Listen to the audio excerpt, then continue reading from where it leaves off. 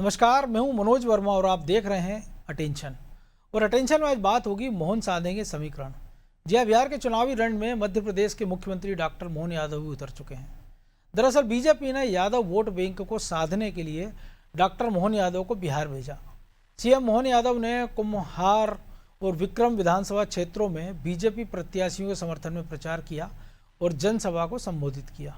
इस दौरान उन्होंने बीजेपी की विकास नीतियों को जनता के सामने रखा। इधर सीएम के बिहार दौरे पर कांग्रेस निशाना साध रही है, लेकिन सवाल ये है कि क्या बीजेपी का यह दाव बिहार में यादव समीकरण को अपने पक्ष में मोड़ पाएगा और क्या विपक्ष बीजेपी के इस प्लान का तोड़ निकाल पाएगा। आज चर्चा इन्हीं सवालों के आसपास करेंगे, लेकिन पहले रिपोर्ट देखिए।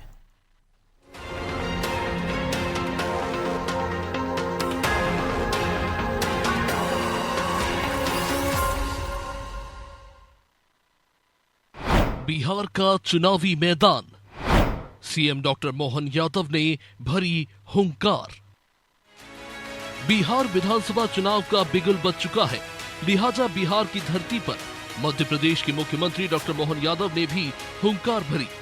सीएम ने कुम्हार क्षेत्र के कदम कुआं और विक्रम विधानसभा में बीजेपी प्रत्याशियों के पक्ष में प्रचार किया और जनसभा को संबोधित किया। इस दौरान मुख्यमंत्री ने इंडिया गठबंधन पर जमकर हमला बोला। जाहिर है कि यादव वोट बैंक के नजरिए से सीएम डॉक्टर मोहन यादव का दौरा बीजेपी के लिए काफी अहम है। इतना ही नहीं, सीएम के साथ ही मध्य प्रदेश के कई दिग्गज भी बिहार में मोर्चा संभाले हुए हैं। हालांकि अपने भाषण में मुख्यमंत्री ने विपक्ष पर कई आरोप लगाए और क्या कुछ कहा वो भी सुन लीजिए। सरकार की अपेक्षा से बिहार ने जो करवट ली है, ये हम जैसे कार्यकर्ताओं के लिए भी प्रेरणा देने वाली बात है। कहा बिहार की तुलना पुराने समय से याद करो, जहां जंगल राज था, क्या दुनियादारी थी। ये हमारे बीच कांग्रेस को भी हिसाब देना पड़ेगा। बिहार अगर पिछड़ा तो 1947 के बाद लंबे समय तक कांग्रेस ने जो कुशासन की दुनिया चलाई और कांग्रेस ने भारत की हालत क्या कर दी थी, ये तो भलाओ भाजपा का गांव के अंदर सड़क देने के लिए भी अटल बिहारी वाजपेयी जी का जोरदार अभिनंदन करें। देखा जाए तो बीजेपी के केंद्रीय नेतृत्व ने सीएम डॉक्टर मोहन यादव को बिहार में यादव बाहुल्य सीटों की जिम्मेदारी सौंपी है। लोकसभा चुनाव के दौरान भी मोहन यादव को बिहार भेजा गया था। हालांकि अब उनके दौरे पर सियासत भी शुरू हो गई है। कांग्रेस निशाना साधते हुए आरोप लगा रही है कि प्रदेश की जनता परेशान है। ऐसे में सीएम बिहार में आखिर क्या कर रहे हैं। मध्य प्रदेश के गृह मंत्री भी मुख्यमंत्री है। थाने वाले डकैती डाल रहे हैं और उसमें बंद हो रहे हैं, सस्पेंड हो रहे हैं। मध्य प्रदेश आप पे संभल नहीं रहा है। बिहार क्या करने के लिए जा रहे हो भैया। 2 दिन पहले बीजेपी के राष्ट्रीय महासचिव अरुण सिंह भोपाल आए थे, जब उन्होंने कहा था कि बिहार में मुख्यमंत्री डॉक्टर मोहन यादव की डिमांड है। जाहिर है कि चुनाव कोई भी हो, जातीय समीकरण अहम होते हैं, जिनको साधने के लिए राजनीतिक दल रणनीति बनाते हैं। डॉक्टर मोहन यादव को बिहार में उतारना भी इसी रणनीति का हिस्सा है, क्योंकि बिहार में 14% यादव वोटर्स हैं, जो जीत हार की दिशा तय करते हैं। लिहाजा बीजेपी मुख्यमंत्री डॉक्टर मोहन यादव के सहारे इस वर्ग को साधने में जुटी हुई है। ब्यूरो रिपोर्ट, अनादि टीवी।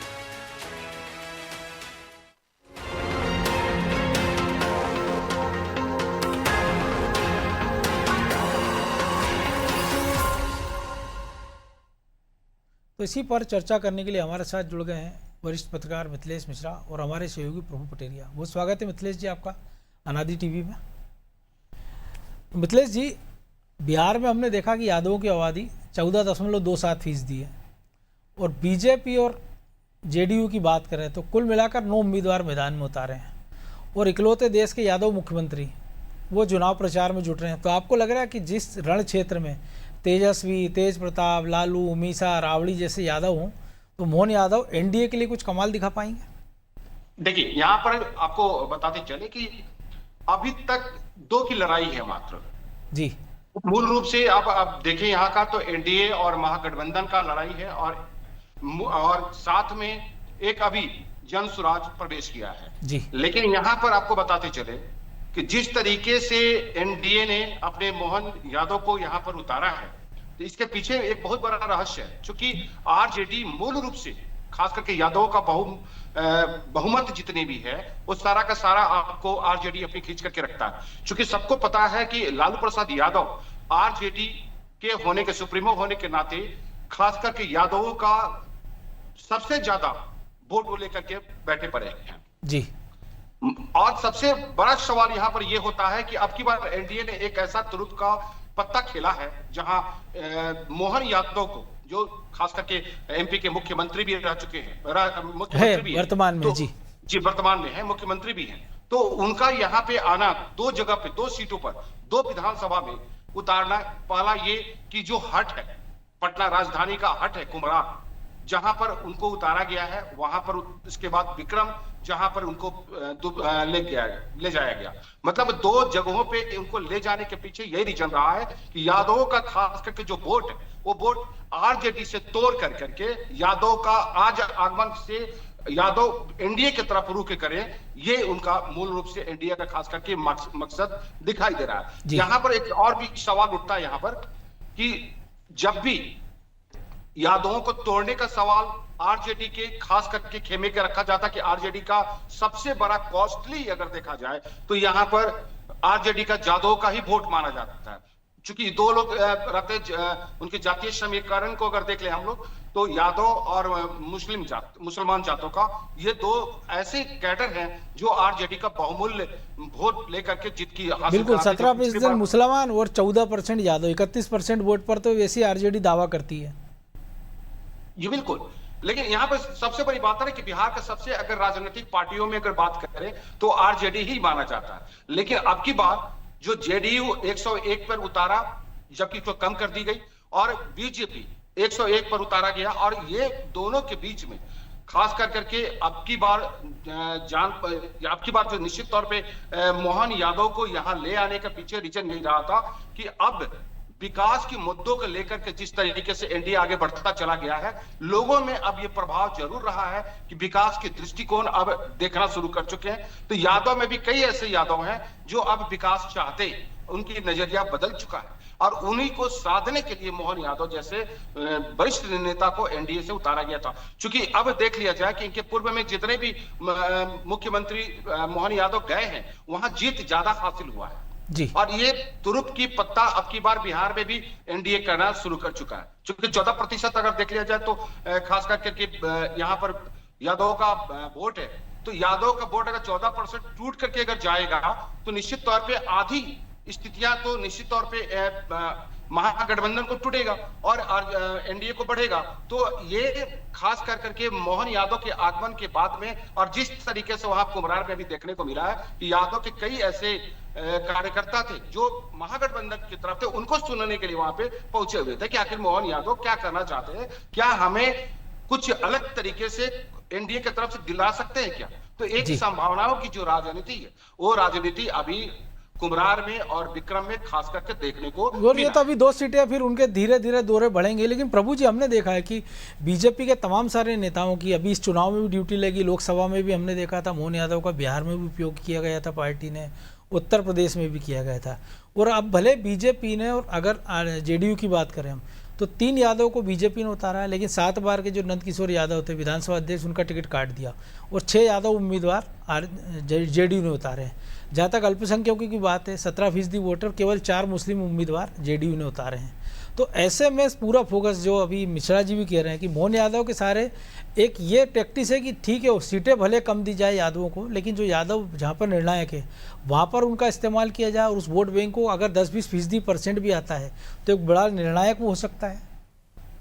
बिल्कुल मनोज जी, बीजेपी ने बहुत रणनीति के तहत मोहन यादव को मुख्यमंत्री बनाया। शिवराज सिंह चौहान बहुत अच्छा काम कर रहे थे मध्य प्रदेश में, बीजेपी के जो लाइन ऑफ एक्शन है उस पर ही काम कर रहे थे। बिल्कुल, तो ऐसी तो कोई, वो भी ओबीसी लगातार चुनाव जिता रहे थे, वो भी ओबीसी थे, स्ट्राइक रेट अच्छा था उनका चुनाव जिताने का। लेकिन उसके बावजूद यदि उनको हटाया है 163 सीटों पर सरकार आने के बाद, उनको हटाकर मोहन यादव को मुख्यमंत्री बनाया, तो बीजेपी ने एक पूरे देश भर की राजनीति को सामने रख के निर्णय लिया था। पहले दिन से स्पष्ट था कि बीजेपी जो है, जो उत्तर प्रदेश और बिहार में यादवों से मात खाती रही है, बीजेपी के पास कोई ऐसा एक लोक लुभावन यादव चेहरा वहां पर नहीं था। जो वहां के यादवों के नाम आपने लिए, भले विधानसभा अध्यक्ष रहे हों वो, लेकिन रामकृपाल यादव जैसे बड़े नेता को लाए, लेकिन वो पिछला लोकसभा चुनाव वो चेहरा नहीं बन पाए वैसे, क्योंकि वहां पे जब भी आप यादव सामने रखेंगे तो फिर लालू यादव का नाम आएगा जो मुख्यमंत्री रहे हैं बिहार के परिप्रेक्ष्य में, मुख्यमंत्री तेजस्वी यादव का नाम आएगा। आप इधर चले जाए उत्तर प्रदेश में तो अखिलेश यादव या फिर मुलायम सिंह यादव का नाम आएगा। उस कद का कोई यादव नेता बीजेपी कोई खड़ा नहीं कर पाई जिसकी एक पहचान उस राज्य से भी बाहर हो। और गौर साहब जो रहे वो बहुत सीमित समय तक रहा। गौर साहब अपने आप को, चूंकि सरनेम ही गौर था, वो अपने आप को पहले यादव भी नहीं कहते थे, तो उस तरीके से वो नहीं, उस तरीके का वो काम उनका नहीं था। तो लेकिन मोहन यादव को लाकर उन्होंने जो उस तरीके से जोड़ने की कोशिश की है, तो पहले दिन से एजेंडा साफ था। आप इसलिए देख लीजिए कि मुख्यमंत्री बने, उसके बाद लोकसभा चुनाव इनको बिहार उत्तर प्रदेश यादव सीटों पर लगाया गया था एक चेहरा स्थापित करने के लिए। अभी बिहार चुनाव तो अभी घोषित हुए, इसके पहले यादव समाज ने मोहन यादव को पटना में सम्मान किया, बुलाकर उनका बड़ा आयोजन किया वहां पर। तो बीजेपी उनके जरिए वो जो बड़े यादव नेता हैं बिहार के, उनके सामने काट के तौर पर इनको रखना चाहती एक ऐसा यादव चेहरा जिसके पीछे, मध्य प्रदेश में यादव 2% है, जिसके पीछे पूरे मध्य प्रदेश के वोटर यदि उनके पीछे खड़े हुए दिखाई दे रहे हैं, तो ये उस जाति के प्रति समर्थन को भी दिखाने का एक तरीका है बीजेपी का, कि मध्य प्रदेश में एक मुख्यमंत्री हमने यादव दिया जिसको कि मध्य प्रदेश की तमाम जातियां, तमाम वर्ग उनके पीछे खड़े हुए हैं, और वो सबको साथ लेकर विकास की बात कर रहे हैं। यादव समाज की गरिमा की तो बात कर ही रहे हैं, यादवों को उत्कर्ष की बात कर ही रहे हैं। वो श्री कृष्ण पाथे वो बना रहे हैं, जिस श्री कृष्ण को लेकर वो कृष्ण की जो गुरु का स्थान था संदीपनी, उनके आश्रम जहाँ पे था वहां से वो आते हैं, जहाँ वो सुदामा से मिले, जो बहुत सारी ऐसी चीजें हैं जो उनको लेकर मोहन यादव, या जहाँ रुक्मणी जी का प्रसंग है, अमझेरा कृष्ण से भी कोरिलेट करते हैं। यादव गौरव रहे कृष्ण वहां से, और फिर बाकी यादवों को लेकर काम को भी और सुशासन को भी इंगित करते हुए दिखाई देते, तो इसलिए इनको काट के तौर पर वहां पर उतारा गया। तो आप देखिए, पहले इनको पटना में सम्मान समारोह हुआ उनका, अभी जो गए हैं वहां पर, ये जो कुम्हरार जो सीट है ये पटना की ही सीट है, बिल्कुल पटना शहर की। यहाँ कायस्थ मतदाता, वैश्य मतदाता ये बहुतायत में यादव यहाँ कम है, लेकिन वहाँ पर शहरी क्षेत्र में भी उनको उतारकर ये वहाँ उनके जरिए ये संदेश देने की कोशिश की गई है कि वो जो भी कह रहे हैं, जैसे कि अभी बता रहे हैं हमारे साथी, दूसरे दलों के लोग भी उनको सुनने आए कि आखिर ये कहना क्या चाहते हैं। एक यादव आया है दूसरे राज्य से मुख्यमंत्री के तौर पे, तो वो क्या संदेश दे रहा है। तो मोहन यादव ने वहां पर उसी नब्ज को पकड़ के संदेश देने की कोशिश की। उन्होंने अपने भाषण में जो जनसभा को संबोधित किया है, उन्होंने सभी वर्गों के विकास की बात की है, उन्होंने सुशासन की बात की है, विकास मॉडल बताया जी, मध्य प्रदेश का विकास मॉडल बताया है, एनडीए सरकार और बीजेपी सरकार के कामकाज उन्होंने गिनाए हैं। तो वो सारी चीजें वहां पे स्थापित कर रहे हैं। यादव फेस होने के साथ विकास क्या देती है बीजेपी, और उनके साथ यदि जोड़ते हैं तो क्या विकास बिहार को मिल सकता है, वो बताने की कोशिश की है। बिहार का वो काला अध्याय भी बताया उनने पहले जब क्या था बिहार, तो ये उन्होंने वहां पर इंगित करने की कोशिश की है। वो दूसरी जगह गए विक्रम सीट पर, हालांकि वो सीट का नेचर कांग्रेस ही रहा है वहाँ पर। पहले जो है 6-7 बार कांग्रेस के भी विधायक जीते हैं वहाँ पर, बीजेपी वहाँ पर जदयू जीती, बीजेपी को वहाँ जगह नहीं मिली थी। लेकिन अब जो वहाँ पे जो कांग्रेस से पिछला चुनाव जीते थे वही बीजेपी कैंडिडेट बन गए हैं, वो बीजेपी में आ गए हैं, तो बीजेपी को वहाँ संभावनाएं दिख रही। तो वहाँ जो यादव वोट बैंक है या वहाँ पर, तो वहाँ पर भी मोहन यादव को इसीलिए ले जाया गया। उन्होंने विक्रम को विक्रमादित्य से जोड़ने की कोशिश की है, यहाँ पे भी उनने नाता वो जो है उज्जैन से और मध्य प्रदेश से जोड़ने की कोशिश की है, जिस तरीके से उन सारी चीज़ें वहाँ पे उनने कही हैं। तो वो एक आइडेंटिकल बीजेपी वहाँ पे इनको इस्तेमाल करना चाहती है। मोहन यादव को भी पता है उनको कहाँ तक जाना, और बिहार जैसा आपने भी कहा 14.26 या 27% वहाँ पर यादव वोट बैंक है। 100 सीटों पर यादव वोट बैंक प्रभावी भूमिका में है, जो कि उनकी जो है लालू यादव की पार्टी की यूएसपी रही है, कहते हैं हम, एक तरीके से उनकी चाबी उनके पास है। उसको काटने के लिए इनको ला रहे हैं। यदि माई समीकरण से यादव कुछ भी छिटक जाता है, यदि 14% में से 5% भी यादव यदि मोहन यादव का चेहरा देखकर छिटक जाता है राजद से, तो राजद के जीतने की संभावनाएं कम हो जाएंगी वहां पर। तो वो प्रयोग बीजेपी करना चाहती है, इसलिए इनको धुआंधार वहां पर उतारा जाएगा। अब देखिए, बीजेपी ने स्टार प्रचारकों की जो सूची जारी की है, उसमें मोहन यादव तो अपेक्षाकृत नए मुख्यमंत्री, अभी 2 ही साल हुआ है। इसके पहले वो 3 साल तक मंत्री रहे हैं, उनका बहुत लंबा ऐसा सीनियरिटी का कार्यकाल तो नहीं रहा बहुत ज्यादा यदि हम कहें तो। लेकिन बीजेपी ने योग्यता को तरजीह देते हुए स्टार प्रचारकों की सूची में इनको 12वें पायदान पे रखा है, दिल्ली की मुख्यमंत्री से भी ऊपर रखा है। आपने छत्तीसगढ़ के मुख्यमंत्री को वहां पे प्रचार करने के लिए नहीं शामिल किया, आपने उड़ीसा के मुख्यमंत्री को नहीं शामिल किया, लेकिन मोहन यादव को वहां पर आपने रखा है। वहाँ पे शिवराज सिंह चौहान भी है, वहाँ पर तमाम बड़े नेताओं के बीच में, तो निश्चित तौर पर बीजेपी मोहन यादव का बिहार में ज़्यादा से ज़्यादा उपयोग करना चाहेगी। ये एक फेस ऐसा है, चेहरा जो अभी बिहार में चलाएगी बीजेपी। और जैसा कि अभी मिश्रा जी बता ही रहे थे कि मोहन यादव का स्ट्राइक रेट बहुत अच्छा है पिछले चुनाव में, जहाँ जहाँ गए हैं, यहाँ पर चलाने के बाद इसी चेहरे को 27 में यूपी में इस्तेमाल किया जाएगा। तो ये दुधारी तलवार के तौर पर बीजेपी के लिए मोहन यादव काम आ रहे हैं। एमपी में तो है ही वो, उत्तर प्रदेश में भी आगे भविष्य में काम आएंगे, और भी बिहार में तो काम आना ही आना है। बिल्कुल। तो मिश्रा जी, लेकिन एक बड़ा दिलचस्प समीकरण भी है, जो माय समीकरण है लालू यादव की पार्टी का। तो एक छोर पर हम देख रहे हैं कि तेजस्वी हैं और लालू हैं, राबड़ी हैं, मीसा हैं। दूसरे छोर पर हम देख रहे हैं तेज प्रताप और फिर मोहन यादव और राम कृपाल जैसे नेता जो एक दशक पहले लालू से अलग हो गए, केंद्र में मंत्री रहे, पिछला चुनाव हार गए। तो जाहिर सी बात है, जो आपने भी जिक्र किया कि अगर एक यादव नेता अपना एक मॉडल विकास का पेश करता है बीजेपी का, तो जो एक फूट की संभावना है, जो हमारे साथी प्रभु जी ने भी कहा कि अगर 5% भी अंतर पड़ता है तो फिर आप महागठबंधन को कहाँ खड़ा पाते हैं। क्योंकि पिछली बार उन्होंने अच्छी टक्कर दी थी और एक बार तो लगा था कि अगर कांग्रेस का स्ट्राइक रेट अगर थोड़ा सा ठीक हो जाता तो शायद उनकी सरकार बन जाती। बिल्कुल, यहां पर आप देख लीजिए कि जिस तरीके से राजनीतिकरण खास करके जातीय लेकर के जो चला गया है, उसमें अगर हम बात करें कि एक तरफ जो लालू प्रसाद यादव का जो परिवार है, जिसमें एक तेज प्रताप यादव अलग हो चुके हैं, उनकी कोई खास भूमिका राजनीतिक अगर देखा हाँ, जाए लेकिन तो वो चुनाव तो लड़ ही रहे और नई पार्टी बनाई दी उन्होंने। नहीं, उन्होंने अभी जो अभी आया खबर कि उन्होंने नामांकन करने से उन्होंने मना कर दिया है। तो ये कहीं ना कहीं हो सकता है आने वाले समय में कि हो सकता है कि अपने पिताजी की तरफ रुझान वो कर दे। एक नई पार्टी का गठन उन्होंने किया है और वे खास करके कई ऐसे राजनीतिक पार्टियां हैं यहाँ पर जो छोटे छोटे दल हैं, उन सभी दलों को एकत्रित कर करके कि वो अपना एक अलग विंग बना करके उन्होंने रखा।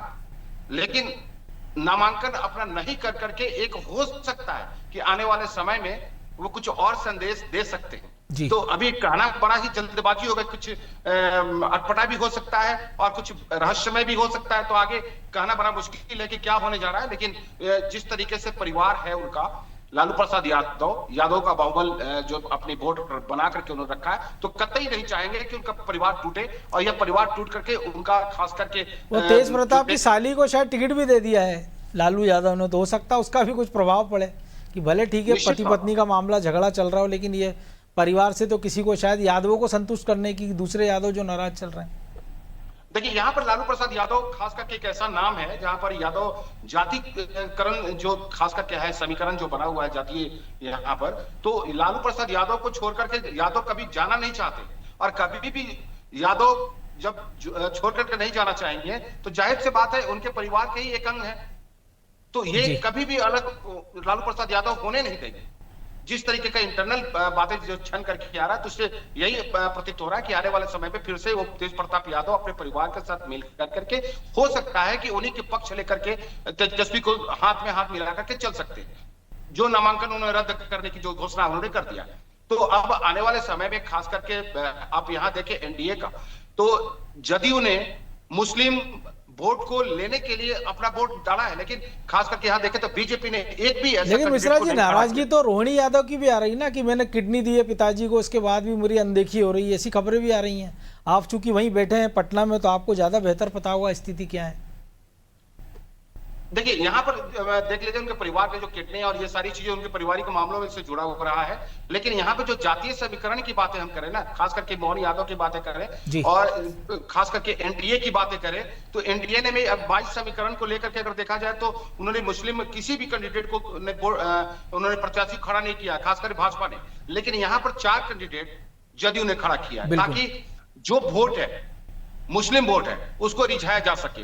पिछली बार 11 खड़े किए थे और 1 जीता था, शायद इसकी ये भी एक कारण हो सकता है। जी बिल्कुल।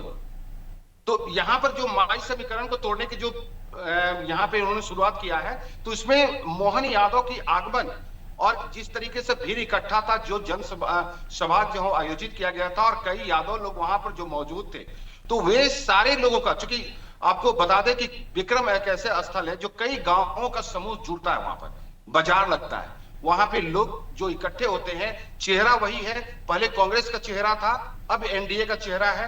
लेकिन वहां जिस तरीके से लोग वहां पर इकट्ठा थे, जाहिर सी बात है लोग सुन रहे थे और आपस में जिस तरीके के चौपालों में बातचीत नजर आया, जो छनकर की बातें आ रही है, तो वहां पर ये भी कहे जा रहे थे कि नहीं, अब की बार एनडीए को भी देखा जा सकता है बिहार में, खास करके एक छत्र राज्य कर करके।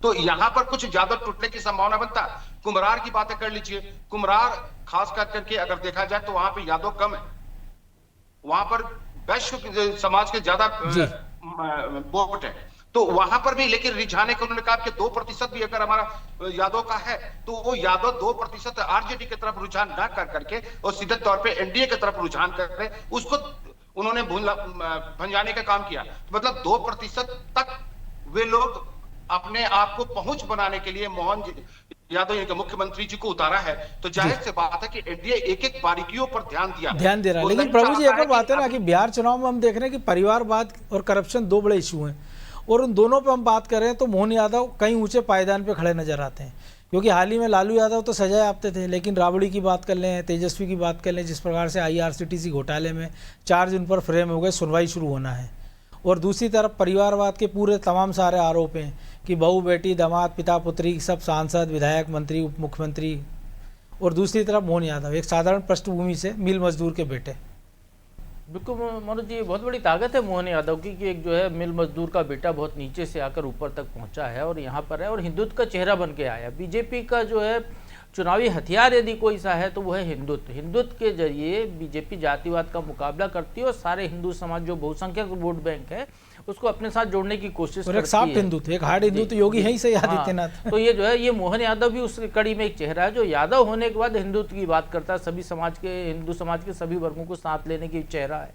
तो वो इस प्रयोग यहाँ पर है। जहाँ तक आप उनके परिवार की बात कर रहे हैं तो निश्चित तौर पर उनके परिवार के संघर्ष इतने ज़्यादा हैं, उनका इतिहास इतना ज़्यादा सामने उभर कर आ गया है करप्शन का या सारी चीज़ों का, तो सारी की सारी उनका रहन सहन वो सारी चीज़ें बाहर आ ही रही हैं वहाँ पर। तो क्योंकि अभी हलफनामा 8 करोड़ का दिया है तेजस्वी ने। मतलब लालू यादव जो पीछे भैंस को बांध के बंडी पहन के बैठा करते थे, उनके परिवार के बाकी लोगों का रहन सहन जो उस तरीके से नेता बन गए हैं, अब वो उनका वही समाज देख रहा है, वही वोट बैंक देख रहा है जो पहले जब लालू के भैंस के पीछे सामने बैठा हुआ देखता था तब भी वो वैसा ही था, वो आज भी वैसा ही था, आज भी वैसा ही है। यदि उसका वोटर कहें तो जो मूल वोटर है यादव समाज का, उसकी कोई तरक्की नहीं हुई है, लेकिन इस परिवार की बहुत ज़्यादा तरक्की हो गई है। जब ये चीज़ें सामने आ रही हैं, जब सत्ता को लेकर परिवार के संघर्ष सामने आ रहे हैं, तो फिर वहां से वोट बैंक छिटकेगा। ये उत्तर प्रदेश में ही देख लीजिए आप, अखिलेश यादव चाचा भतीजे की जो लड़ाई जंग हुई तो उसमें जो है सत्ता से बेदखल हो गए, वो छिटक गए बाहर।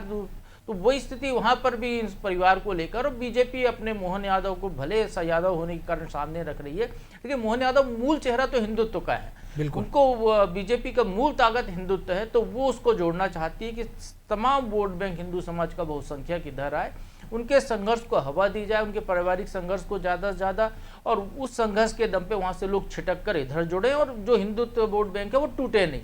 तो ये बीजेपी की ताकत के तौर पर काम करेगा और ये एनडीए के लिए जो है एक तरह का ऑक्सीजन बनकर सामने आएगा, जिसके दम पर वहाँ पर वो चुनाव जीतने की कोशिश करेगी। बिल्कुल, चलिए इस पर और आगे भी हम चर्चा करेंगे, फिलहाल वक्त इतना ही था। बहुत धन्यवाद मिश्रा जी आपका। तो मोहन साधेंगे समीकरण और साधते नज़र भी आ रहे हैं, क्योंकि जो पटना से मिश्रा जी जुड़े उन्होंने तमाम सारी चीज़ें बताई, प्रभु पटीरिया जी ने विश्लेषण किया है, और सबसे बड़ा सवाल यही है कि एक समीकरण साधने के बाद फिर ये कार्ड उत्तर प्रदेश में भी हमको चलता नज़र आएगा और बाकी के राज्यों में भी। अटेंशन में आज इतना ही, मुझे दीजिए इजाज़त और आप देखते रहिए अनादि टीवी। नमस्कार।